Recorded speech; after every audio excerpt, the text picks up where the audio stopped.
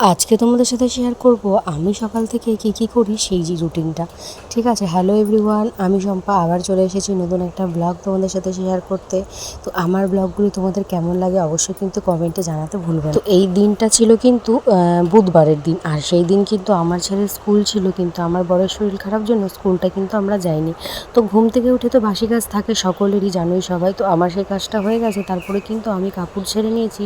ছেড়ে নিয়ে কিন্তু শ্বশুর শাশুড়িকে আগে চা করে দিয়ে আসলাম। তারপরে দেখো আমাদের দুজনের জন্য কিন্তু লেবু জল নিয়ে নিয়েছি, কারণ প্রত্যেক দিন সকালবেলা এই লেবু জলটাকে আমরা ভীষণ মিস করি, কারণ আমার ছেলে সকালে স্কুল জন্য আমাদের অনেক সকালে উঠে চলে যেতে হয়। তো এইভাবে রিল্যাক্সে লেবু জলটা সেদিনই খেতে পারি যেদিন আমার ছেলের স্কুলটা ছুটি থাকে। আমার শ্বশুর বাড়িটা যেহেতু একটু গ্রাম্য পরিবেশে, সেহেতু কিন্তু মানে সকালবেলা এই জলটা যখন আমি খাই, যখন ছুটি থাকে ছেলের স্কুল, তখন কিন্তু জানলার ধারে বসে বাইরেটা দেখতে দেখতেই খাই, কারণ বাইরের দৃশ্যটা এতটাই সুন্দর। আর যেহেতু ভোরবেলা বৃষ্টি হয়েছে আরোই ভালো লাগছে। তো আর যাই হোক, বসে থেকে তো রিল্যাক্স করলে হবে না, কারণ জানোই বিয়ের পরে সংসার, আর সংসার মানে প্রচুর কাজ, আর বাড়ির বউ হয়ে গেল তো আরও অনেক দায়িত্ব। তো যাই হোক, সকালে যেহেতু শ্বশুর শাশুড়িকে চা দিয়ে দিয়েছি, আর আমরাও লেবু জল খেয়ে নিয়েছি, আর আমার ছেলেকে তো খাওয়াবো একটু পরে।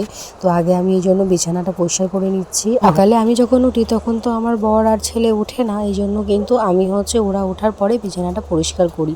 যেদিন স্কুলে যাই সেদিন তো সবাই প্রায় একসাথেই উঠি আমরা, তখন সকালে বিছানা পরিষ্কার করে স্কুলে যাই। আজকে যেহেতু স্কুল নেই, এই জন্য ওরা একটু দেরি করে উঠেছে, আমি ওই জন্য ডাকাডাকি করে নিই ওদেরকে। তো পরে আমার বর যখন স্নান করতে গেল তখন কিন্তু আমি বিছানাটা পরিষ্কার করে নিলাম, ঘরটা একটু ঝাড় দিয়ে নিলাম। সকালে কিন্তু বাসি ঘর একবার ঝাড় দিয়েছি, কিন্তু বিছানা পরিষ্কার করার পরে আমার যদি ঘর না আমি ঝাড় দিই, আমার কিন্তু একদমই ভালো লাগে না, মনে হয় যে ঘর একদম নোংরা নোংরা হয়ে আছে।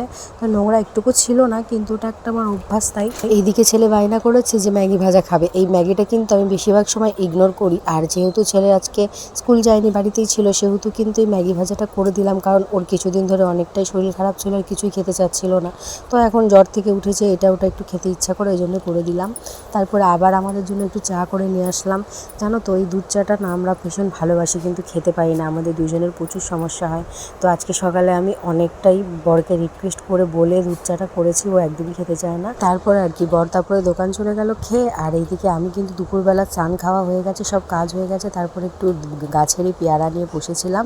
তো পেয়ারাগুলো কাটতেই দেখি ভেতরে বেশিরভাগটাই পোকা ছিল, এক দুটো ভালো ছিল।